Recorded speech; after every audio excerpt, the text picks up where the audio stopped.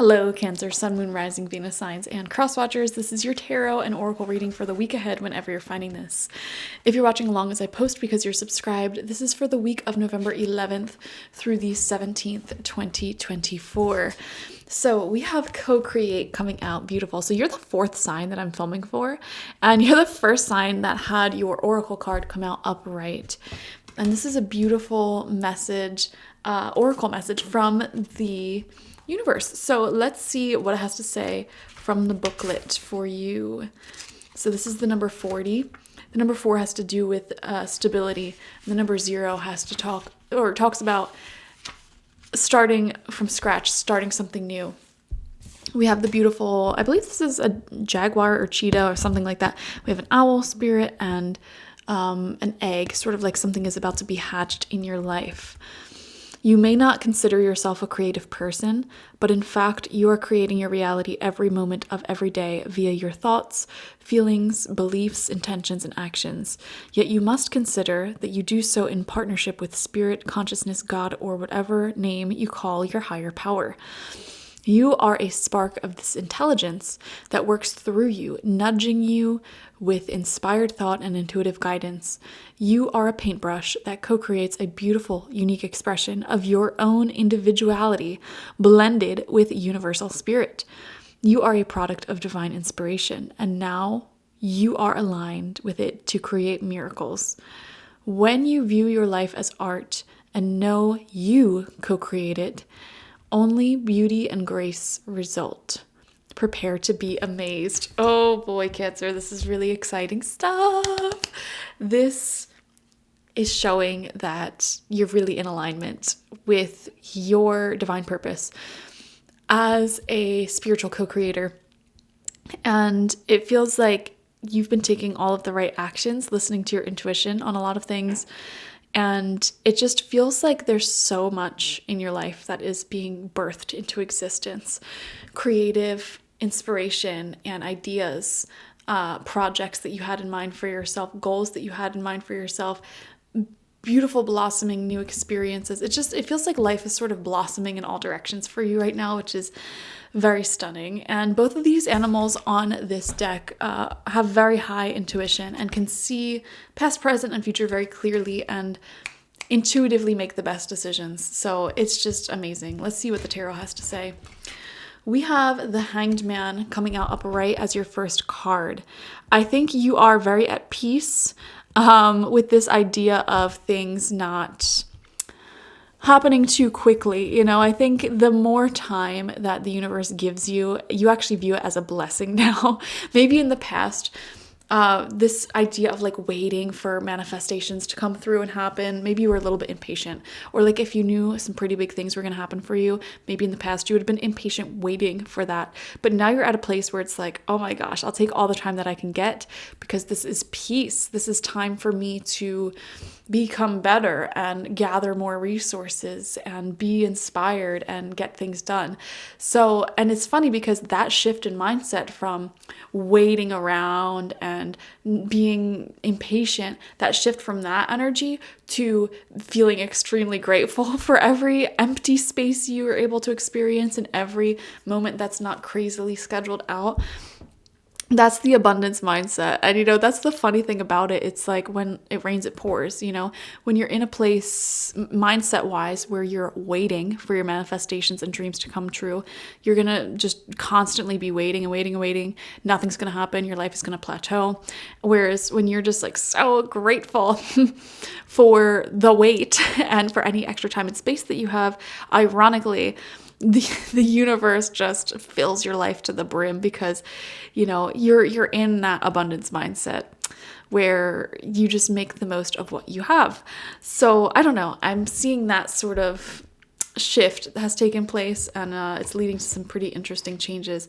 We have the 5 of Cups coming out, so there is a little bit of sadness here because it does feel like there's some endings, there's some goodbyes that may be happening. These could be happy goodbyes, they don't have to be negative. You know, this could be like saying goodbye to a beautiful friend or something who maybe has an amazing life ahead of them.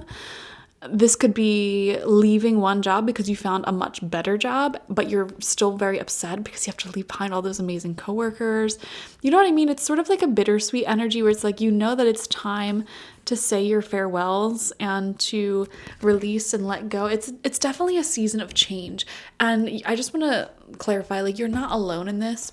A lot of people in the collective will be feeling this very, very strongly this whole month because Pluto is entering into a new sign, Aquarius, and it will remain there for 20 years. And Pluto rules over the end of eras, the beginning of new eras, transformation, death, and rebirth.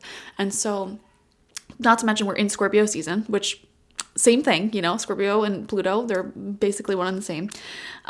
So this is just an intense season of transformation and saying goodbyes, but also saying hellos. So I do see you dealing with that, Cancer. And, you know, being a Cancer, you're very nostalgic, you know. It may be just sad, you may cry, but like it feels happy, you know, the passing of time, the changing of seasons. It's bittersweet. So it's not necessarily a message that you should be resisting right now. It's not a bad thing. It's actually a good thing in the long run. But you know, it's still it's kind of like a parent watching their kid go off to school and they're crying. They're like, I can't believe so much time has passed. You know what I mean? That sort of feeling is what I'm feeling for you this week. Now, obviously that might not be your exact example. We're not even like at the start of school season, but something like that may be going on in your life and you're just like, I can't believe how much time has passed, and like I'm so happy, yet at the same time I'm gonna miss this whole chapter of my life. And that's the thing about Pluto moving into Aquarius. It will never be the same. You know, the past will never remanifest itself. This is completely new chapters, new seasons, and there will be a readjustment period. And I do feel like the later half of November and then December, January, that feels like a strong readjustment period for the shift of energies. So really interesting. We have the Six of Wands in reverse. I am seeing that you have really great ideas at this time. And again, it's just a matter of having the time, finding the time to work on those ideas. You know, that may be one thing that you're wanting more of this week. We have the Three of Swords in reverse. This is actually a really good card in reverse because it shows you no longer hold resentment or anger towards the past. You know, all of those swords, that resentment, you know, it really has melted away, and you have a lot of love in your heart for all of the people that you've shared experiences with, all of the experiences that you've had. You know, you've found a way to learn from them, grow from them, be grateful for them. And man, this is the last week of Pluto in Capricorn, because it switches signs, I believe, on the 19th or 20th. So it's in the complete final degrees of Capricorn, and this is just such a time of reflection and gratitude and bittersweet energies, a total like passing of the torches, changing of hands season in all of our lives. We have the Four of Cups coming out in reverse, right underneath that Five of Cups upright. Yeah, I think some lower evolved Cancerians may struggle this week. Okay, and this probably won't resonate with a lot of you personally, but you know, I'm reading into Cancer energy in general, but a lot of like lower evolved Cancerians who still have a lot of like karmic root work to do, they may totally miss an opportunity this week, because I think the message here, I feel like Cancerians, like I said, there's like the changing of seasons. I feel like there may be some people who resist that change and they want to really hang on to the past and grip onto the past and what once was. And they may have a hard time accepting this new opportunity that Spirit is wanting to bring to their lives. Now, notice that the universe is not taking away anything. You still get to carry all of the memories that you've made throughout your life with you. The universe is just trying to add to it and give you a new story to tell, a new chapter to tell.